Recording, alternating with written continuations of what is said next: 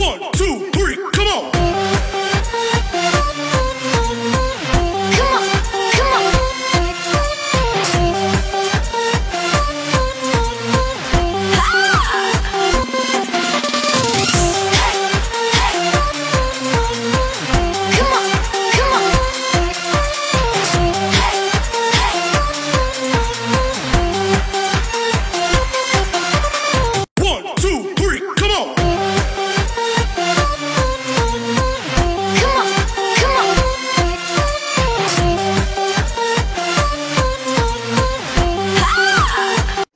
Assalamualaikum kawan-kawan semua. Di video ini saya akan investigate kawan kita yang kena karantina atau kena kuarantin karena dia berhubungan kontak dengan salah satu staf yang dinyatakan positif COVID.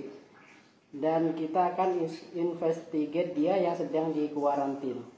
Sekarang kita sampai di depan kamar dia. Mari kita ketuk.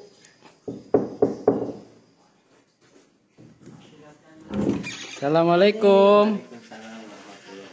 Bolehkah sampok saya jumpa awak untuk investigate? Boleh. Untuk berbagi pengalaman semenjak awak di karantina. Boleh. Karena awak menjadi salah satu suspek berhubungan kontak dengan salah satu pesakit yang yang positif COVID-19. Betul. Oke kawan-kawan, jadi mari kita dengarkan apa pengalaman beliau semenjak mulai di karantina selama 1 minggu. Mulai semenjak dia dinyatakan berhubungan kontak dengan salah satu pesakit COVID-19. Oke, jom kita dengarkan bersama-sama. Assalamualaikum warahmatullahi wabarakatuh. Jadi saya di sini akan menerangkan tentang saya di karantina karena berapa hari lalu sebelum staf saya terkena positif COVID, 2 hari sebelum itu saya pernah makan dengan dia, satu dapur pernah makan dengan dia. Jadi mungkin hasil analisis saya perlu dikarantina.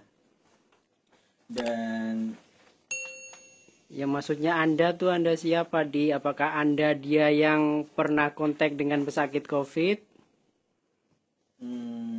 Ya saya 2 hari sebelum dia dinyatakan positif, saya sendiri makan bersama dia di dapur, bersama-sama bertatap muka, dan otomatis tidak menggunakan masker sama sekali. Jangankan masker penutup itu pun kami tak menggunakannya. Jadi mulai awak setelah pesakit itu dinyatakan positif COVID, berarti awak menjadi suspek untuk sasaran berikutnya. Iya betul. Kemudian saya ditanya dengan pengurus saya, kalau berkenaan dengan hasil bagaimana kamu berkontakan dengan dia yang terkena positif itu. Jadi ditanya pernah berhubungan dengan dia, atau cakap-cakap dengan dia, atau makan dengan dia, menggunakan masker atau tidak. Itu ditanya semua dan saya melakukan semua itu. Akhirnya saya dikarantina. Hasil karantina itu saya disuruh datang untuk swab. Itu berapa hari bulan? Sekitar berapa ya? 20 hari bulan kalau nggak salah. 20 hari bulan saya diswab. Kemudian setelah swab, hari berikutnya saya disuruh datang dan kemudian mengambil surat ini kalau di sini tuh di KKL, Kementerian Kesehatan Kuala Lumpur. Kementerian Kesehatan Malaysia. Bukan. Ya bisa jadi. Kemudian saya di sana dipasangkan gelang. Ini gelangnya. sampai 27 hari bulan. Jadi saya di karantina sekitar 1 minggu. Jadi separuhnya 14 hari. Karena saya hanya berkontekan saja, jadi saya di karantina 1 minggu. Kemudian sekarang sudah hari ke-5. Jadi 2 hari lagi saya harus datang ke sana lagi, ke KKL, Kementerian Kesehatan Kuala Lumpur. Saya harus menunjukkan surat ini, dan ketika saya di kuarantin saya harus mengisi ini semua. Nah, mengisi keseharian saya itu kena gejala apa. Di sini ada fever, cough, shortness, dan yang lain. Saya harus mengisi itu kalau saya terkena gejala yang di dalam inilah. Berarti Anda dikategorikan seperti pesakit. Betul. Dan kebetulan saya di rumah ini kan sendiri, jadi nggak usah saya seperti yang lainnya kan dia sewa apartemen sewa mes lah. Kalau saya nggak usah lah, kan saya di rumah sendiri, jadi saya bebas lah. Kalau ada rumah kenapa harus sewa mes kan? Terus gimana Anda waktu mau beli makan? Alhamdulillah saya punya kenalan, bawah tuh ada rumah makan, saya punya kenalan karyawan dia, jadi saya tinggal pesan nanti dia hantar pakai mas juga lah dianya. Kena pakai mas, asal saya tidak boleh keluar, masak sendiri pun kadang malas. Kemudian 20 sampai 27 hari bulan besok saya harus ke sana. Saya harus mengajukan surat ini semua dan melepas ini. Seharusnya besok ini 26 hari bulan sebelum 27 hari ini saya harusnya ada pemberitahuan dari handphone. Kalau di telepon nantinya mau buat apa? Mau buat swab lagi kah? Atau langsung potong ini? Tapi yang sudah staff kan ada kawan saya. Semalam ada yang di kuarantin 3 hari, 4 hari, 5 hari. Jadi mereka itu langsung mendapat telepon, kemudian dia datang ke sana, langsung potong gelang. Mungkin saya termasuk golongan itu. Boleh kasih tunjuk tak apa bunyi surat Anda bahwa Anda di karantina? Boleh. Coba dibacakan. Pertama otomatis nama ya, nama, kemudian nomor staff. Saya kan bekerja, saya pasti ada nomor staff. Terus departemen kita, tempat kerja kita itu apa. Kemudian saya dikategorikan di apa? Di gejala apa? Kan di sini ada 3, ada high risk, ada medium risk, ada low risk. Saya dikategorikan di medium risk. Jadi saya di pertengahan antara high dengan low.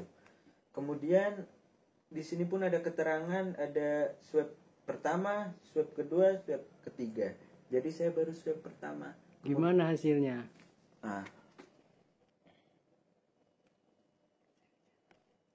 Kecuali kalau besok saya ditelepon untuk swab kedua, saya harus swab kedua, tapi mungkin tidak. Kemudian di sini pun ada durasi untuk dikarantin tuh ada berapa hari, dan saya masuk golongan ke harusnya 14 hari. Tapi karena mungkin medium code, jadi saya hanya dikarantina itu separuhnya. Mungkin kalau yang low risk di sini sekitar 3 hari. Betul. Kalau yang high risk tuh yang sampai 14 hari. Kecuali kalau sudah positif, tuh mungkin sampai harus sembuh, betul-betul sembuh. Terus apa saja yang Anda lakukan, perlu Anda lakukan semenjak Anda di karantina? Apakah ada panduannya? Panduannya mungkin di sini diterangkan. Coba baca di lempiran kedua itu. Ada. Coba kasih tunjuk ke kamera. Maaf ya, ini fotokopi, jadi photostat, jadi kurang jelas. Tapi coba bacakan apa saja panduannya. Panduannya yaitu yang pertama adalah stay at home, otomatis berdiam diri di rumah. Terus be contactable at all time. Handphone kita harus harus sedia setiap saat, harus aktif setiap saat. Kemudian memakai masker all time. Itu mungkin kalau duduk di tempat ramai, satu kamar itu mungkin bisa, tapi kalau satu rumah sendiri ya kenapa harus pakai masker gitu. Terus monitor for symptom. Jadi gejala-gejala kita tuh harus terus dimonitor. Hari-hari suhu kita, terus kita kalau ada batuk, ada seseme atau mual-mual, kita harus monitor itu semua. Kemudian kalau kita mungkin kedatangan tamu, mungkin enggak kedatangan tamu, soalnya di karantina itu jaraknya harus 1 meter. Kemudian wash your hand setiap saat, jaga kebersihan lah intinya. Terus buang sampah pada tempatnya otomatis gitu. Terus mencatat nama-nama orang yang berkunjung, itu mungkin enggak lah, soalnya enggak ada yang berkunjung. Ini mungkin bisa untuk tips, membuka jendela setiap saat untuk kita mendapatkan udara yang baik setiap hari.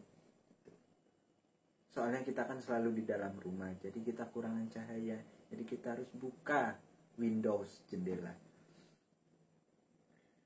Udah, itu aja. Jangan bersalaman dengan orang. Terus jangan berbagi makan dengan kawan. Gitu aja. Udah. Jadi begitulah kawan-kawan hasil saya investigate kepada salah satu pekerja yang kena karantina. Dan kebetulan saya adalah satu rumah dengan beliau. Dan selama di karantina saya tidak dibenarkan untuk balik ke rumah atau satu bilik, satu kamar dengan beliau. Jadi selama 1 minggu ini saya tidak ada balik rumah langsung. Ya mungkin balik rumah membawa peralatan-peralatan untuk menjaga-jaga diri seperti masker, terus face sheet, supaya kita tidak ada kontak langsung dengan salah satu atau dia yang kena karantina. Jadi begitulah kawan, seperti yang kawan kita tadi kasih keterangan atau bercerita pengalamannya tentang dia di kuarantin dan gimana rasanya waktu dia di karantina. Jangan lupa di like, komen, dan subscribe. Sampai jumpa di video yang selanjutnya. Oke.